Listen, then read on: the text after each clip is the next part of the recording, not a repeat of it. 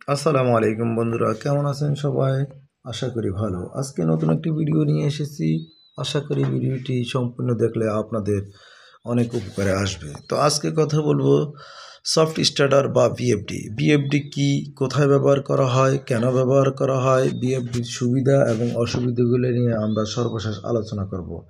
এবং বিএফডি ও ইনভার্টার বা সফট স্টার্টারের মধ্যে কি কি পার্থক্য আছে এই নিয়ে আমরা ভিডিওর শেষে আলোচনা করব।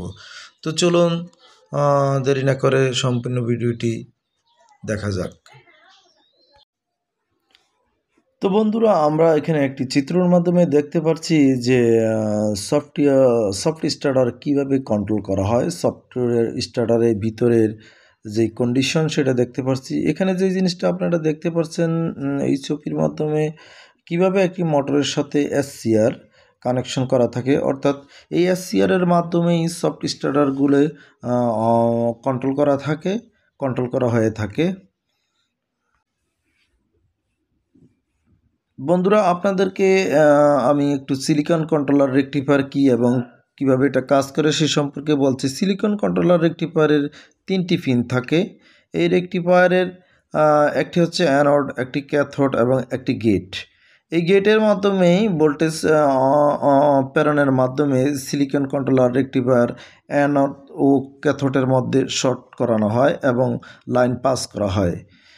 মূলত গেটের ভোল্টেজকে অন অফের মাধ্যমেই সিলিকন কন্ট্রোলার রেকটিফায়ারকে কন্ট্রোল করা হয়। তো এইভাবেই মূলত সিলিকন কন্ট্রোলার রেকটিফায়ারটি কাজ করে এবং বিস্তারিত আমি পরে সিলিকন কন্ট্রোলার রেকটিফায়ার নিয়ে একটি ভিডিও তৈরি করব এবং সেখানে আপনাদেরকে আরও বিস্তারিতভাবে বলার চেষ্টা করব।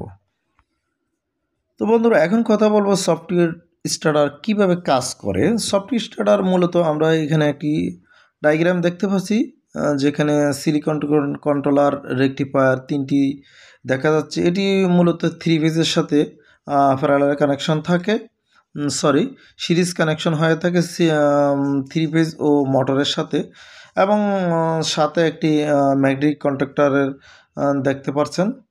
তো সর্বপ্রথম সিলিকন কন্ট্রোলারটি অন হয়ে থাকে এবং সিলিকন কন্ট্রোলার রেকটিফায়ার অনের মাধ্যমে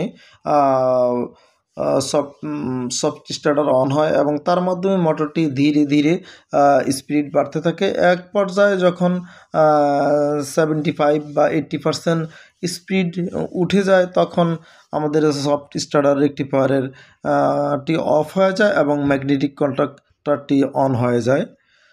তো এভাবেই মূলত একটি সফট স্টার্টার কানেকশন এবং কাজ করে থাকে। এখানে আপনারা দেখতে পাচ্ছেন একটি অটোমেটিক সফট স্টার্টার, যার ভিতরেই মূলত আলাদা কোনো ম্যাগনেটিক কন্ট্যাক্ট ব্যবহার করতে হয় না। এটার ভিতরেই ম্যাগনেটিক কন্ট্যাক্টর আছে, সেজন্য এটা সাথে ইনপুট আউটপুটে কানেকশন করলেই মূলত আমাদের কাজ হয়ে যায়। তো বন্ধুরা, এতক্ষণ আমি আপনাদেরকে সফট স্টার্টার সম্পর্কে বলছি, এখন আমি আপনাদেরকে ভেরিয়েবল সম্পর্কে কিছু বলবো।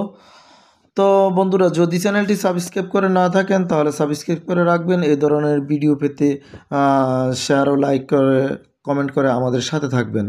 তো এখানে দেখতে পাচ্ছি একটি চিত্রের মাধ্যমে বিএফডি বা ভেরিয়েবল ফ্রিকোয়েন্সি টাইপ কীভাবে কাজ করে সেটা দেখানো হয়েছে। তো মূলত প্রথমেই 3 ফেজ কানেকশন যখন আমরা বিএফডিতে করে থাকি, 3 ফেজ অল্টারনেটর কারেন্ট, এসি কারেন্টকে বিএফডি কনভার্ট করে ডিসিতে রূপান্তর করে এবং এই ডিসি কারেন্টকে আবার আইজিবিটি বা মসফেটের মাধ্যমে এবং ফ্রিকোয়েন্সি কন্ট্রোল সার্কিটের মাধ্যমে অল্টারনেটর বা মডিফাই সাইন ওয়েভ তৈরি করে এবং মডিফাই সাইন ওয়েভের মাধ্যমে একটি মোটরের স্পিডকে নিয়ন্ত্রণ করা হয়।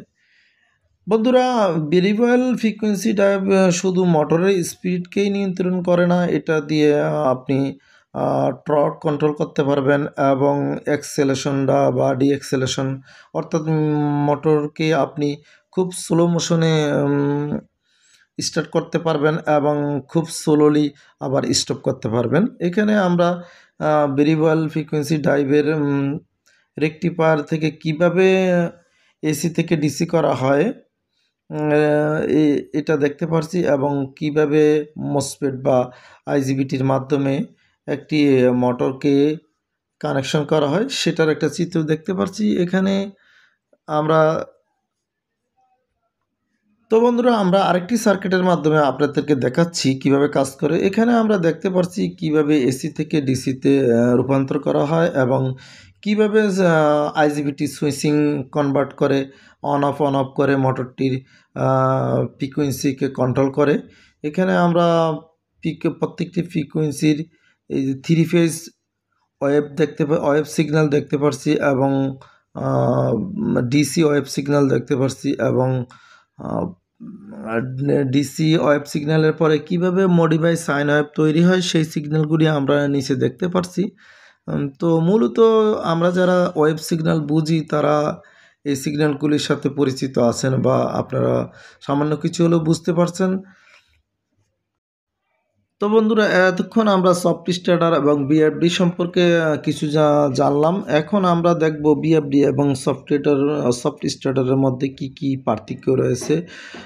বিএফডি বা ভেরিয়েবল ফ্রিকোয়েন্সি ড্রাইভ মূলত এটা সর্বপ্রথম এনার্জি সেভিং এবং সফট স্টার্টিং করে, মোটর টর্ক কন্ট্রোল করে এবং স্টপিং কন্ট্রোল করে, র্যাম্প আউটপুট ও র্যাম্প ডাউন কন্ট্রোল করে।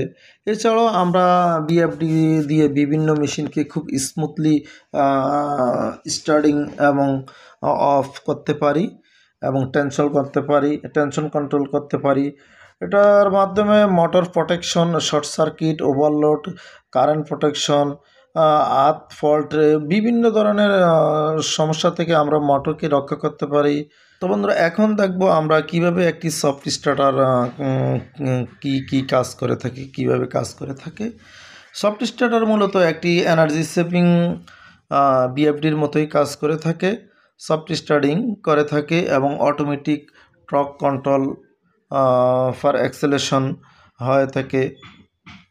কিন্তু এটা দিয়ে আমরা ফ্রিকুয়েন্সিকে নিজের ইচ্ছা মতো কন্ট্রোল করতে পারি না, এটা র্যাম্প কন্ট্রোল করা যায় না এবং মোটর প্রোটেকশন এটা বিএফডির মতো সঠিকভাবে করে থাকে না।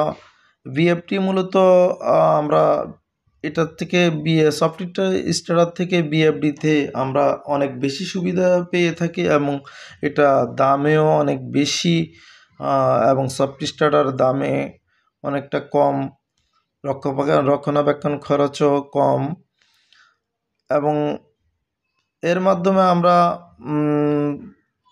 র্যাম্প ডাউন কন্ট্রোল করতে পারি। এটা মোটর স্পিড কন্ট্রোল করা যায় না, এটা একটি ফিক্স স্পিডের মাধ্যমেই অ্যাক্সেলারেশন করার মাধ্যমেই মোটরকে রান করে এবং সফট স্টার্টিং করে। তো বন্ধুরা আজকের মতো এখানেই বিদায় নিচ্ছি। ভিডিওটি ভালো লাগলে লাইক ও কমেন্ট শেয়ার করে আমাদের সাথে থাকবেন, আমাদেরকে সঙ্গে রাখবেন। ধন্যবাদ।